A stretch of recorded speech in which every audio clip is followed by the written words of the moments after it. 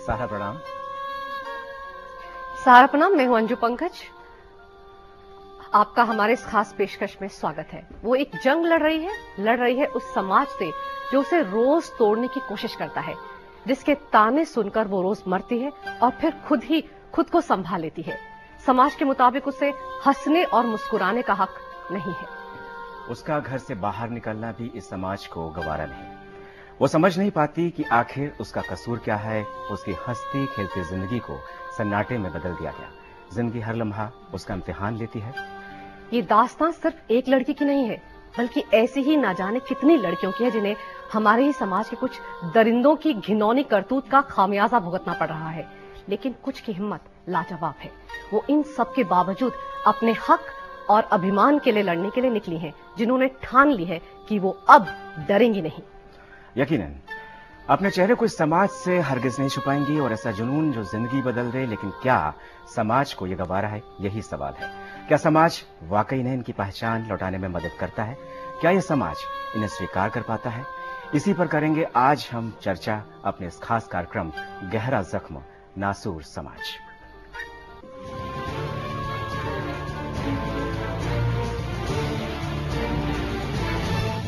मैं नहीं डरूंगी, जिन्होंने गलत किया है वो डरे। कुछ ऐसा ही हौसला दिखाया है पानीपत से दिल्ली पढ़ने आई आशा ने, जो अपने सपनों को पूरा करना चाहती है, जिसने पिछले 2 साल में कई बार खुद अपने ही सपनों और अपनी उम्मीदों को भी मार डाला, लेकिन फिर भी हार नहीं मानी। जज्बे, जुनून और भरोसे के साथ अपनी जिंदगी में आज वो आगे बढ़ रही है।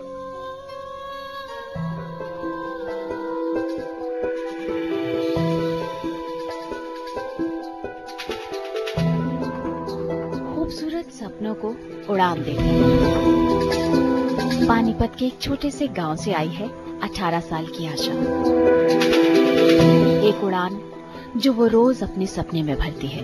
कभी चलती है डरी हुई सी, कभी खुली परवाज बन जाती है, कभी झांकती है छुप छुप के, कभी हौसलों सी दबंग हो जाती है।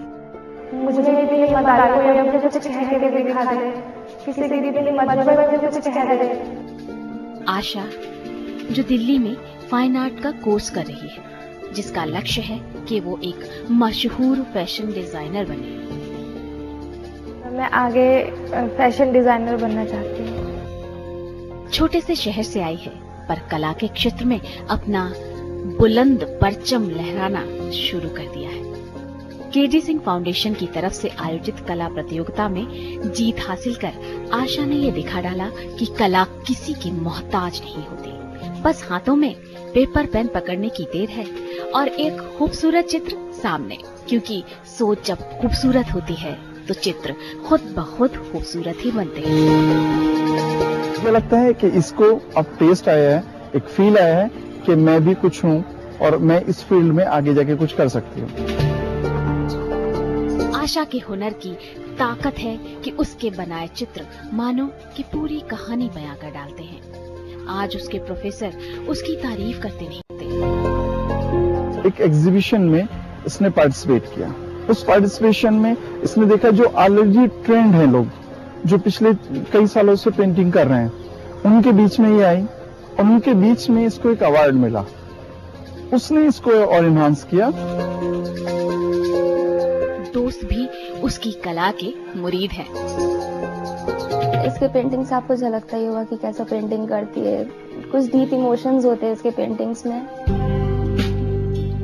आशा के अंदर ये आत्मविश्वास जगाने में बहुत बड़ा योगदान है इसके कला प्रेम का और केडी सिंह फाउंडेशन का, जिन्होंने इसे उस दलदल से निकाला जिसे आशा अपनी जिंदगी मान बैठी थी।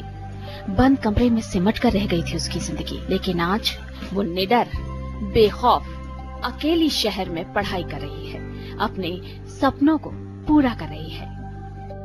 17 साल की एक लड़की जिसे चंद हैवानों ने मिलकर ऐसे अंजाम तक पहुंचा डाला जहां से जिंदगी की सरहदें बहुत दूर दिखाई देती हैं। वो बहादुर थी, इसलिए अपने सांस के कमजोर धागों को कसकर पकड़े रही। आज वो जी भी रही है और अपने सपनों को उड़ान देने की भी कोशिश कर रही है। तो आपने देखी है कहानी जो एक हकीकत है। ऐसे ही कई चीखें बंद घरों के दरवाजों से अक्सर बाहर निकलती हैं।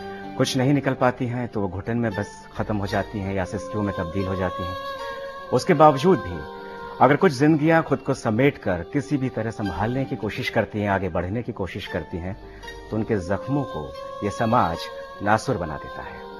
लेकिन कुछ में इतना हौसला होता है कि वो इन सब बातों को भुलाकर आगे बढ़ने की कोशिश भी करती हैं। और आज हम चर्चा इसीलिए कर रहे हैं, हमारे साथ खास मेहमान भी स्टूडियो में मौजूद हैं।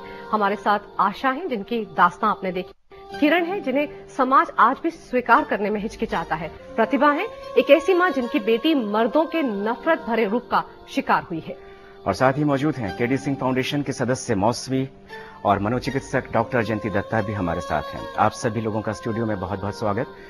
और इस खास बहस पर, इस खास मुद्दे पर हमारे साथ लखनऊ से जुड़े हुई हैं समय संवाददाता शिल्पी और दिल्ली से रश्मि कुमार। तो हम अपनी चर्चा को शुरू करते हैं, क्योंकि आज हम उन हौसलों की बात कर रहे हैं जो इन दर्दनाक हादसों को भुलाकर आगे बढ़ना चाहते हैं और अपने सपनों को पूरा करना चाहते हैं। आशा, वो हादसा जो आपके साथ हुआ था बहुत बहुत दर्दनाक था, उसके बाद का वक्त कैसा था? वो और भी ज्यादा दर्दनाक था? जी हाँ। क्या मैं जानना चाहती हूँ, कैसे आसपास के लोगों को जब पता चला, परिवार के लोगों को पता चला, परिवार आपकी सहेलियों को पता चला, तो उन लोगों की रवैया क्या एकदम बदल गया था या पहले जैसा था? एकदम बदल गया था। कोई ठीक से बात नहीं करता था। हर सभी ये बोल रहे थे कि ये क्या हो गया, लड़की की गलती है, माँ की गलती है, ये तो पहले से ही खराब थी, स्कूल में जाती थी तब से इतनी खराब थी, पढ़ती नहीं थी। सब मुझे दोष देते थे, मम्मी को, पापा को।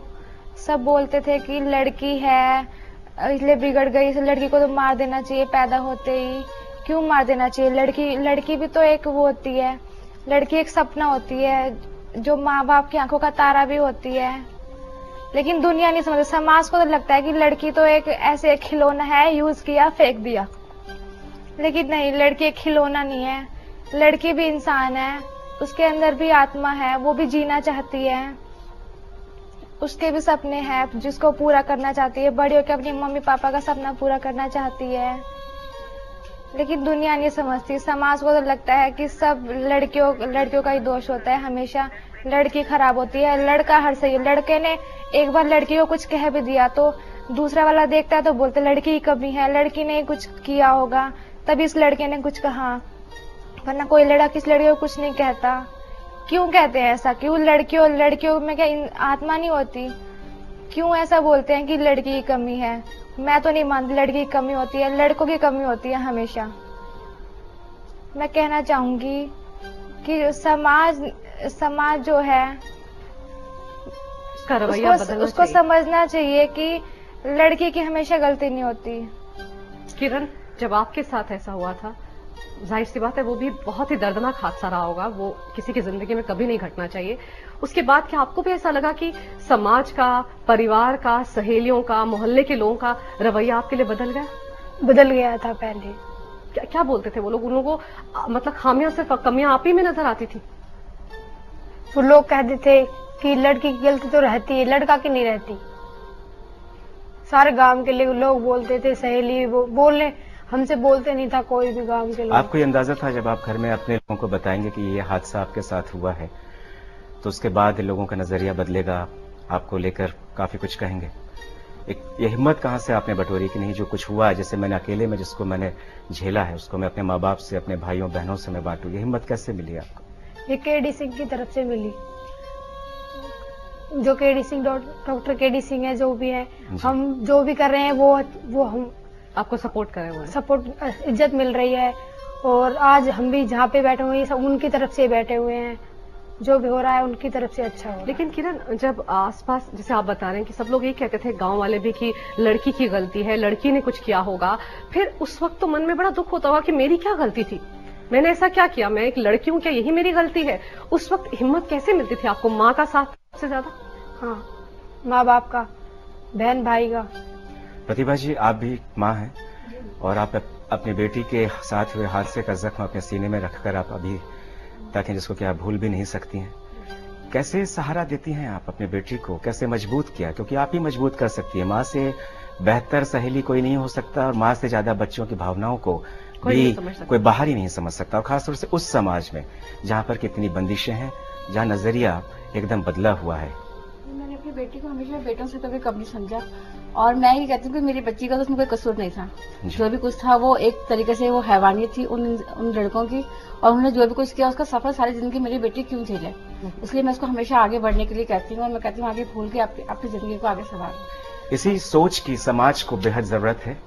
वो आपने देखा आशा के रूप में, वो आपने देखा किरण के रूप में, और वो आपने देखा प्रतिभा जी के रूप में, जो एक माँ है, उनकी बेटी भी इसी तरह का गहरा जख्म अपने भीतर लेकर जिंदगी जी रही हैं, और समाज किसी नासुर की तरह उनके पीछे पड़ा है। यहाँ एक छोटा सा ब्रेक लेंगे। हमारे साथ और मेहमान भी स्टूडियो में मौजूद हैं। हमने बताया आपको कि लखनऊ में हमारी संवाददाता शिल्पी हमारे साथ है, उनके साथ बहुत सी महिलाएं हैं, और दिल्ली में हमारे साथ हमारी संवाददाता है, उनके साथ भी बहुत सी महिलाएं मौजूद हैं। उनसे भी चर्चा करेंगे, क्योंकि ये जो स्टूडियो में खास मेहमान बैठे हैं, ये बाकी लोगों के लिए एक नजीर है, बाकी लोगों के लिए प्रेरणा का स्रोत है, ताकि वो भी अपनी घुटन भरी जिंदगी से बाहर निकले और आगे बढ़कर अपने सपनों को सच करें। एक छोटा सा ब्रेक लेते हैं, तुरंत लौटते हैं।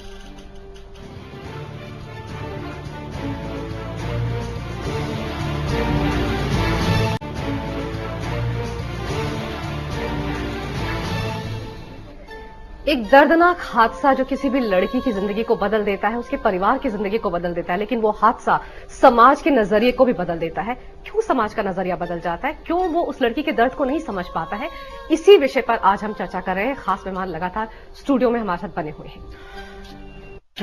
आपकी स्टोरी देख रहे थे, आप बड़े खूबसूरत रंग भरती हैं, लेकिन जिंदगी का जो एक हादसा हुआ उसके बाद इस तरह का तस्वुर, इस तरह की कल्पना करना बड़ा मुश्किल होता है दूसरी लड़कियों के लिए। लेकिन आपने तो एक मिसाल कायम की।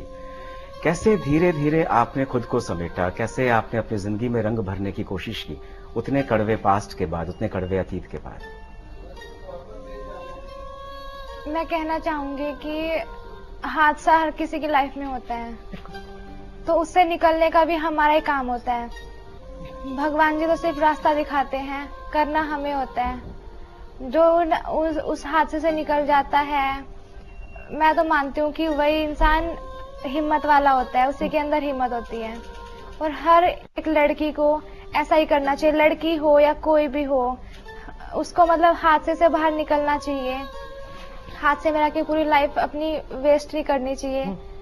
और मैं कहना चाहती हूँ कि मेरे साथ भी जो मेरे साथ गलत हुआ, मैं भी बहुत दुखी थी, डरती थी, रोती थी, एक कमरे में बंद रहती थी, किसी से बात नहीं करती थी।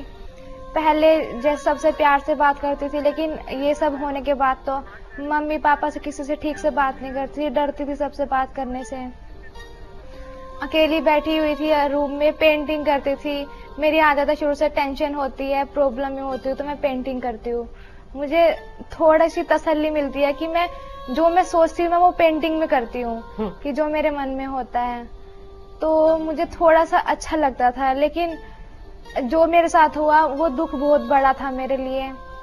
धीरे धीरे जब सबको, मम्मी को चला पता इस बारे में, तो उसके बाद पहले तो बिल्कुल अकेली थी मैं। जब मम्मी को लगा कि हाँ 1% तो मम्मी पापा साथ है मेरे, तब थोड़ी सी बिल्कुल जरा सी उम्मीद हुई कि अब मैं अकेली तो नहीं हूँ। पहले बिल्कुल अकेली थी, एक रूम में घुटती थी मैं, अब तो पूरी की पूरी फैमिली मेरे साथ है। रेपिस्ट को लेकर कानून है, और रेपिस्ट को लेकर बड़े लचर कानून भी हैं, लेकिन सवाल ये, जो रेप विक्टिम है वो जिंदगी भर विक्टिमाइज्ड होता रहता है। एक बार रेप विक्टिम शब्द उसके साथ चस्पा हो गया तो उसके बाद फिर वो जो प्रताड़ना का दौर है वो जारी ही रहता है। रेप विक्टिम आगे आकर समाज के सामने आ रहा है कि भाई मुझे एक्सेप्ट करो, समाज उसे एक्सेप्ट करने के लिए तैयार नहीं है। ऐसा क्यों? मौसमी जी, मैं आपसे जानना चाहूंगा, आप की जो संस्था है इसी तरह के रेप विक्टिम्स को लेकर आप आगे बढ़ती हैं, उनको हक दिलाने के लिए, उनकी हिम्मत उनको आप देती हैं। समाज क्यों नहीं एक्सेप्ट करता है रेप विक्टिम्स को? वजह क्या है, समस्या क्या है? मैं इसमें थोड़ा सा अलग विचार रखती हूँ। मुझे ऐसा लग रहा है कि समाज बदल रहा है, क्योंकि मैं भी उसी समाज की एक हिस्सा हूँ। डॉक्टर केडी सिंह भी उसी समाज के एक हिस्सा हैं, और मेरे को ये कहना है कि अगर उनके जैसे और भी लोग आगे आए और इन बच्चों के सपनों को उड़ान भरे। आज किरण सोचती है कि उसे डॉक्टर बनना है, उनके माँ बाप सोचते हैं कि उनके पास में इतने पैसे नहीं है कि वो डॉक्टर बन सकते हैं, लेकिन वो खोया हुआ विश्वास माँ बाप मिलके, हम लोग मिलके उनमें वो खोया हुआ विश्वास दोबारा जगाते हैं।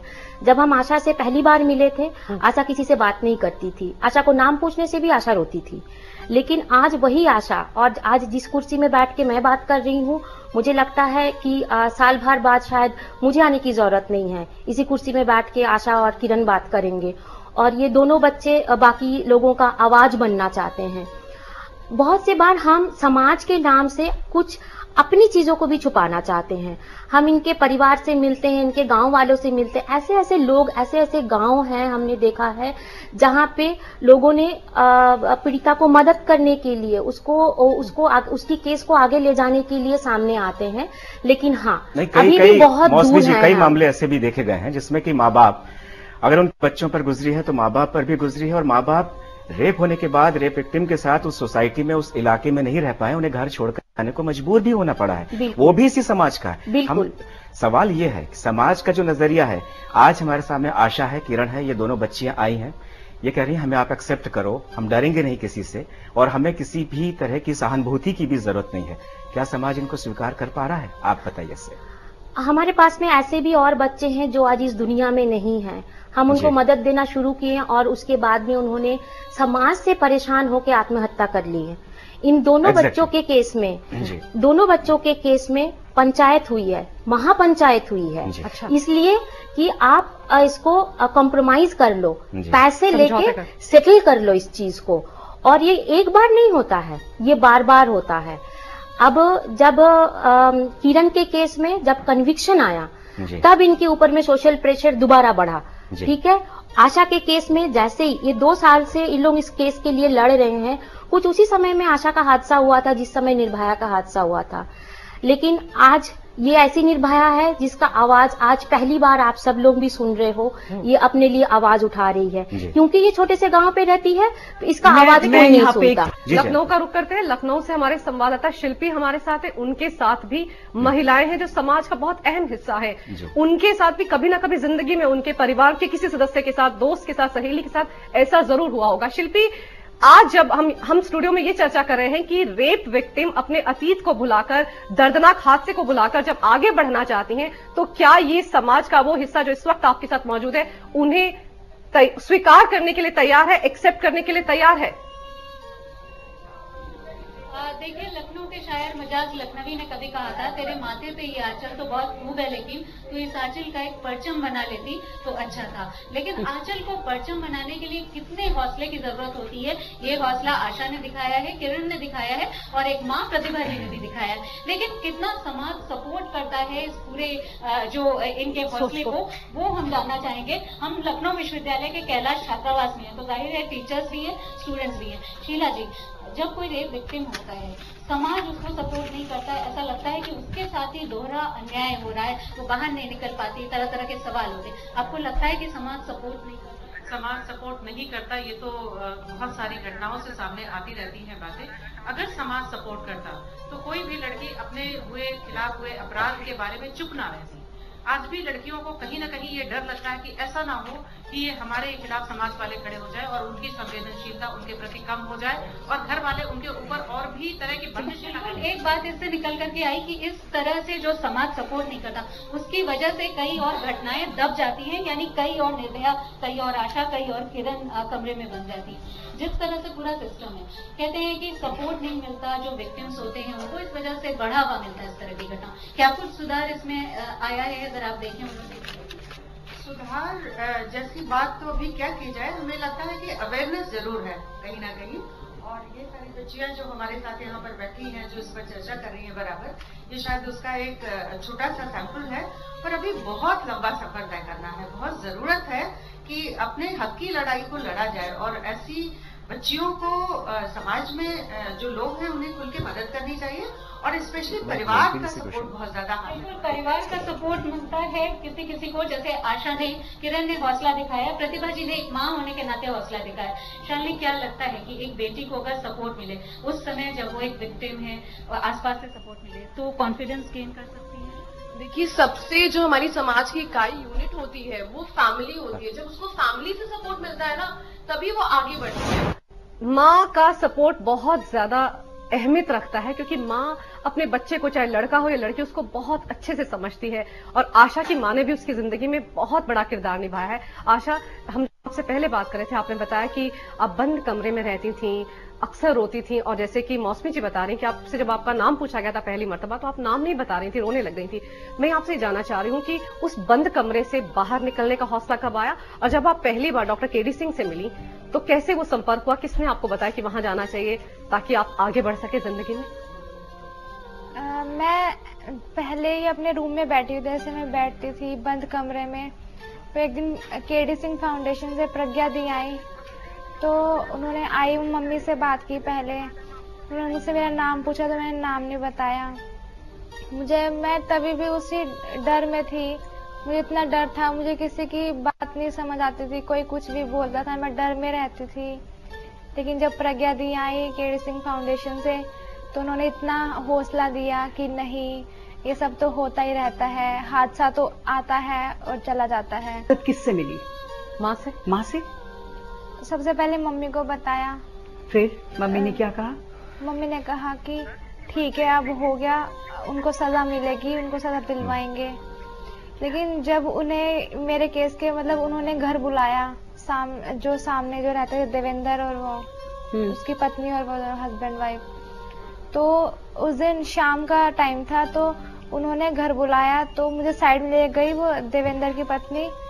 उसने मुझसे कहा कि रात को 12 बजे आने के लिए, फिर से उसने मुझे बुलाया। तो मैंने मना किया कि मैं नहीं आऊंगी और मैं अपने घर सारी बात बताऊंगी मम्मी पापा को। फिर तो आपने अपनी मम्मी को बताया? नहीं, तो उसने मुझे मारा और सर में मारा, उसने ईंट मारी उसने मेरे सर में। तो मेरे सर में इतनी तेज लगी, मैं रोने लगी। तभी मम्मी पापा आए, भागते भागते छुड़वाया मुझे। तो मम्मी ने पूछा क्यों मार रही हो मेरी बेटी को, तो उसने कहा कि अपनी बेटी से पूछ लो। फिर मम्मी मुझे घर लेके गए, तो फिर मम्मी ने मुझसे पूछा, तो मैंने मम्मी को सारी बात बताई। ये देखिए, जो इसकी डेलिब्रेशन है उसमें भी इस बच्चे को इतना सताया, इतना ब्लैकमेल करा, उसके बाद भी उसकी हिम्मत नहीं जुझी कि मैं माँ से बताऊं। बिल्कुल उसकी हिम्मत की दाद देनी चाहिए कि आज वो स्टूडियो में बैठी है और आगे बढ़ रही है और इतने अच्छे रंग जिंदगी में तस्वीरों में भर रही है। उसकी सोच बदल गई है। वो बाकी लड़कियों के लिए जो इस वक्त शायद बंद कमरों में बैठी हूँ, सिसक रही हूँ, घुट रही हूँ, उनके लिए एक मिसाल है आशा और किरण। उनसे सीख लेने की जरूरत है और समाज के लिए सबसे बड़ा सबक है कि वो इन्हें एक्सेप्ट करे खुले हाथों से। किरण, जी बिल्कुल अंजू, आपने ठीक कहा। किरण, आशा ने तो अपनी जिंदगी में खूबसूरत रंग भरने शुरू किए हैं। चित्रकारी के जरिए उन्होंने अपने पुराने अतीत को भुलाने का एक अच्छा जरिया निकाला है। आप कैसे रंग भरती हैं अपनी जिंदगी में? आपने कोई हल निकाला है इसका? कुछ सोचा है आगे को लेकर? मैं किरण से जानना चाह रही हूँ। किरण, पहले तो ये कि मुझे ये पता चला मौसमी जी से जब मैं बात कर रही थी कि स्कूल से आपको निकाला गया था और इस हादसे के बाद दोबारा आप जब स्कूल गई तो किस हौसले के साथ गई, किस सोच के साथ गई और क्या हुआ था? किरण, जब मैं स्कूल गई थी तो जब भी ऐसा ही होता रहता था, उसके जो घर वाले थे लड़के के, वो जब भी मेरे साथ ऐसा ही करते थे, सोचते थे। जब मेरा एडिशन करवाने के लिए गए केडी सिंह की तरफ से मौसमी मैडम जी, तो उन्हें नाम लिखने से मना कर दिया। बोल रहे हमें ऐसी एजुकेशन की जरूरत नहीं है, हमारे ऊपर ऐसा मत करो। तो उन्हें मना कर दिया। फिर मेरा एडमिशन हो गया, फिर वहाँ पे हम वहीं पढ़ रहे हैं आज। किरण, स्कूल से हटाने की क्या वजह बताई थी आपको? आपका नाम स्कूल से काट दिया था सिर्फ इसी वजह से कि आपके साथ ये हादसा हुआ? जो मेरे मतलब टीचर थे, उन्होंने जो मेरे काम के साथ मेरे घर वाले थे, पड़ोसी, उन्हें मना किया कि इसका एडमिशन लेना जरूरी नहीं है। अच्छा। उसने मना कर दिया नाम काटने से, इसका नाम काट दे दो। एक बेशरम जो लड़की है, मतलब जिम्मेदार सीधे तौर पर दोहरी प्रॉब्लम। स्कूल मना कर देता है, परिवार वाले बोल देते हैं इसको स्कूल जाने की जरूरत है। ये खाली की समस्या नहीं है। जब कोर्ट में केस चलता है और बच्चे को एज प्रूफ सबमिट करना होता है, इनके पास बर्थ सर्टिफिकेट नहीं होते हैं, तो पेरेंट्स सोचते हैं कि हम स्कूल में जाके क्यों ना इनका एज सर्टिफिकेट लेके आए, और एज सर्टिफिकेट के नाम से इनको स्कूल से स्कूल लिविंग सर्टिफिकेट दिया जाता है, जो वो माँ बाप समझ भी नहीं पाते हैं कि उनके हाथ में जो कागज आया वो एज प्रूफ नहीं है, वो स्कूल लिविंग है। अब जब उस स्कूल से निकल के वो दूसरे स्कूल में जाते हैं, ताज्जुब की बात है किसी के बिना बताए दूसरे स्कूल को पता होता है कि ये जो बच्ची आज एडमिशन के लिए आई है ये एक रेप विक्टिम है। ये समाज का ही नजरिया बहुत, समाज के ये लोगों स्कूल ने भी डॉक्टर जयंती प्रतिभा जी हमारे साथ है। प्रतिभा जी की बेटी के साथ ये दर्दनाक हादसा हुआ था। प्रतिभा जी, आपने भी शायद कई मर्तबा पहचान छिपाने के लिए अपना घर बदला। क्या होता था? क्या आसपास के लोग कैसा रवैया रखते थे कि आपको मजबूरी में घर बदलना पड़ा? बाहर निकलते ही लोग उंगलियां उठा करके बोलते थे कि देखो मतलब ये जा रही है, अपनी बेटी को बहुत छूट दी थी इन्होंने और आज इनके साथ ये हादसा हुआ है। और इसीलिए जो है ये मतलब बहुत ज्यादा अपनी बेटी को फ्रीडम दे रखा था। उसके पहनावा मतलब इस तरीके के कपड़े पहनाती हैं इनको और इन्होंने बिल्कुल कोई रोक टोक नहीं रखा। तो ये उनके मतलब सोच, इतना घटिया उनकी सोच थी और बहुत ही ज्यादा फब्बियां कसते थे, बहुत ज्यादा। तो फिर मैंने सबसे थक करके, बेटी भी रोज आकर घर में रोती थी कि मम्मी आज अगर मैं बाहर जाती हूँ पढ़ने के लिए कुछ है तो मुझे इस तरीके से टोकते हैं, कहीं दुकान पे कभी कहीं खड़े होकर के किसी तरीके से। तो फिर मैंने कहा ठीक कर, उनकी मतलब समस्या के मुझे यही समस्या समाधान समझ में आया कि मैं क्यों नहीं जगह बदल दूं। लेकिन प्रतिभा जी, माँ होने के नाते अपनी बच्ची को उस मुश्किल घड़ी में संभालना, समाज के रवैये के बारे में उसे बताना, उसे हिम्मत देना बहुत मुश्किल काम रहा होगा आपके लिए वो वक्त। जी मैम, मैंने हमेशा उनको यही कहा कि मैंने कहा एक हादसा समझ इसको भूल जाओ और जिंदगी यही खत्म नहीं हो जाती, आगे पढ़ाई करो, अपने पैरों पे खड़े हो। लेकिन एक बड़ा तबका है जो भारी पड़ जाता है शायद हम जैसे सोच वाले लोगों के ऊपर, और इसीलिए डॉक्टर केडी सिंह जैसी संस्थाओं की जरूरत पड़ती है, बहुत जरूरत। और समाज को बार बार परिभाषित करने की भी जरूरत है। अभी का जो देख रहे हैं हम लोग, नए सिरे से परिभाषित करने की जरूरत है। बहरहाल देख लेते हैं कि आज नौजवानों की इस संवेदनशील मसले पर क्या राय है। हम आपको लेकर चलते हैं Pune.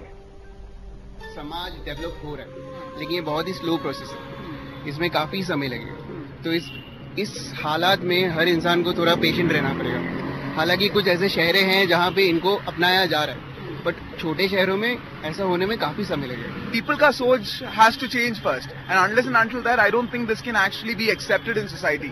So that's my take on it. Would you marry a girl? Definitely. Main को रेस्पेक्ट दो, औरत को रेस्पेक्ट दो, उनका अधिकार है वो, उनके खिलाफ ये हो रहा है तो उनको मदद करना चाहिए हमको। ऐसा नहीं है कि उनके साथ ऐसा व्यवहार करो, तो हो सके तो उनको रेस्पेक्ट दो। या डेफिनेटली यस, बिकॉज उनके साथ ऐसा हो रहा है तो उनको सोच को मैं बदलाऊंगा ना। तो सोच ही मेन इंपॉर्टेंट है यहाँ पर, तो सोच को जितना बदल सकते हो उतना सोच बदलो। अगर किसी भी लड़की से रेप हुआ है तो पहली बात हमें उसे घृणा ही नहीं करनी चाहिए, बल्कि हमें उसे साथ देना चाहिए कि इसे अभी ऐसी घटना आपके साथ हुई, ऐसी घटना हम कभी भी नहीं होने देंगे। इसके लिए हम समाज को दोषी ठहराते हैं। लड़की की कोई गलती नहीं होती है, समाज उसके साथ रहेगा तो फिर प्रॉब्लम नहीं होगा आगे जाके, फिर और कुछ नहीं। मतलब समाज ही जिम्मेदार है उसके लिए, अगर उसका रेप होता है या फिर कुछ अलग होता है, हम लोग को उससे सपोर्ट करना चाहिए आगे जाके। लोगों को उनके साथ अच्छा व्यवहार करना चाहिए, उन्हें हर चीज में मदद करनी चाहिए। माने ऐसे बोलते हैं ना, उन लोग डरे से रहते हैं, उन लोग को बताना चाहिए कि ऐसा नहीं होना चाहिए, आप खुल के रह सकते हो, हम लोग हैं आपके साथ। आशा, आपने सुना ये पुणे के नौजवान लड़के थे, इन्हें आज की यंग जनरेशन कहा जाता है। रेप विक्टिम को लेकर उन्हें अपनी बड़ी अच्छी राय दी। आपको लगता है क्या इनमें से कोई भी लड़का आगे बढ़कर आपका हाथ थामेगा, आपसे शादी करने की बात करेगा आपके या किरण के साथ? नहीं, मुझे नहीं लगता। इन्होंने ऐसा कहा कि सामने आके हमारा हाथ थामेंगे, ये भी उसी समाज का हिस्सा है जिसकी वजह से मैं यहाँ पर्दे के पीछे आके अपनी बातें आप सबके सामने रख रही हूँ। मुझे लगता कोई मेरा हाथ थामेगा। बिल्कुल थामेगा आशा, इनमें से कोई थामे ना थामे, तुम अपनी पैरों पे खड़ी हो रही हो, तुम्हारा वजूद बिल्कुल बरकरार है। आशा हिम्मत की आशा, और हमारे साथ स्टूडियो में बैठे मैं अपने दर्शकों को बताना चाहूंगी कि विडंबना है, ये लड़कियां आज हिम्मत के साथ स्टूडियो में बैठी हैं। हम इनका चेहरा दिखा सकते क्योंकि ये समाज के सामने हिम्मत के साथ जाने को तैयार है, लेकिन हम इनका चेहरा नहीं दिखा सकते क्योंकि समाज शायद उसकी सोच इतनी परिपक्व नहीं है कि वो इन्हें अपना सके। मैं यहाँ पे बताना चाहती हूँ, जब आशा की शूटिंग चल रही थी उस समय आशा आगे आई और बोली मैं अपना चेहरा नहीं छुपाना चाहती हूँ, और उसकी पूरी शूटिंग बिना चेहरा छुपाए किए गए, सामने से खुल के सामने आई और बोली। लेकिन जैसे ही इनकी माँ से बात हुई, माँ भी उसी समाज का हिस्सा है, वो डर गई, उनको लगा मेरी बेटी का हाथ कौन थामेगा। फिर उसके बाद में आशा की सारी जगह में चेहरा छुपाया गया, उसको मोज़ेक किया गया।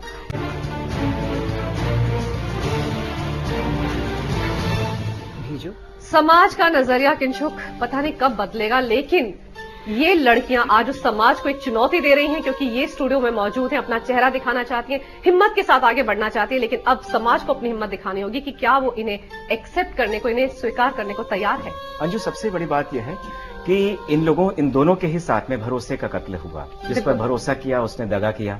बंद कमरे में इनके साथ जो हादसा हुआ उसे भूलने में भी एक लंबा वक्त लगा। इसके बावजूद उस हादसे के बाद इनको यकीनी तौर पर दुनिया बड़ी बदरंग दिखाई पड़ी होगी, लेकिन जैसे जैसे वक्त गुजरता गया इन्हें कुछ अच्छे लोग भी मिले जिन्होंने इनकी मदद की, इनकी सहायता की, इन्हें समझा, इन्हें अपनाया। मेरा ये सवाल आशा से, आशा आपको दुनिया बड़ी बदसूरत दिखी होगी उस हादसे के बाद, लेकिन अच्छे लोग भी मिले, कैसा लगता है आपको? क्या कहना चाहेंगे कि मददगार लोग हैं कि दुनिया पर से पूरा भरोसा आपका जो है खत्म हो चुका है? समाज बुरा है लेकिन समाज में अच्छे इंसान भी हैं। अच्छे इंसान केडी सर है। उन्होंने प्रज्ञा दी को घर भेजा, मेरा साथ दिया, मेरा हौसला बढ़ाया। उन्होंने मुझे अपनी फैमिली का हिस्सा बनाया। मेरे लिए पहला और आखिरी घर, मेरे को अपना घर लगता है ये। बिल्कुल माँ बाप की तरह प्यार मिलता है, भाई बहन सब बहुत अच्छा लगता है मुझे। मेरे लिए तो फरिश्ता है केडी सर। स्टूडियो में आज इंटरनेशनल विमेंस डे के मौके पर दो बेटियां और एक माँ हमारे साथ, और इन्होंने एक हौसला भी दिखाया, एक मिसाल भी दिखाई। आप लोग चलते चलते ये बताएंगे, आशा पहले आप बताइए, आप समाज से क्या अपेक्षा रखती हैं आज के बाद से? पहले तो मैं बोलूंगी कि हैप्पी वुमेन्स डे सभी को जी। और मैं कहना चाहती हूँ कि कोई भी लड़की या कोई भी औरत ऐसे डर के ना बैठे, खुल के सबके सामने आए, अपनी बात रखे मीडिया के सामने, सबके सामने, जो उसके साथ हुआ है हिम्मत से सबको बताए और हिम्मत से आगे बढ़े। अंतर्राष्ट्रीय महिला दिवस के मौके पर इन तीन लोगों ने, खासतौर पर आशा, किरण और प्रतिभा जी ने अपने हौसले बुलंद रखे हैं, हिम्मत दिखाई है कि वो समाज के सामने आने को तैयार हैं। उनके इस जज्बे को समय सलाम करता है। डॉक्टर जयंती मौसमी जी, आप स्टूडियो में आए, चर्चा में हिस्सा ले, बहुत बहुत शुक्रिया। और आशा, बहुत बहुत शुक्रिया। किरण, बहुत ही शुक्रिया, बहुत प्यारे बच्चे हो आप दोनों। और प्रतिभा जी, आप एक ऐसी माँ हैं जो अकेले अपनी लड़ाई लड़ रही हैं, आपके जज्बे को भी समय का सलाम। बहरहाल, रेप के बारे में जब भी बात होती है तो कड़े कानून तक एक बहस सिमट जाती है। कानून सिर्फ एक प्रोसीजर है तो समाज एक सोच है। जब तक सोच नहीं बदलेगी तब तक आशा और किरण चाहते हुए भी अपने चेहरे नहीं दिखा सकते। बस यही एक कमी है हमारी। नमस्कार।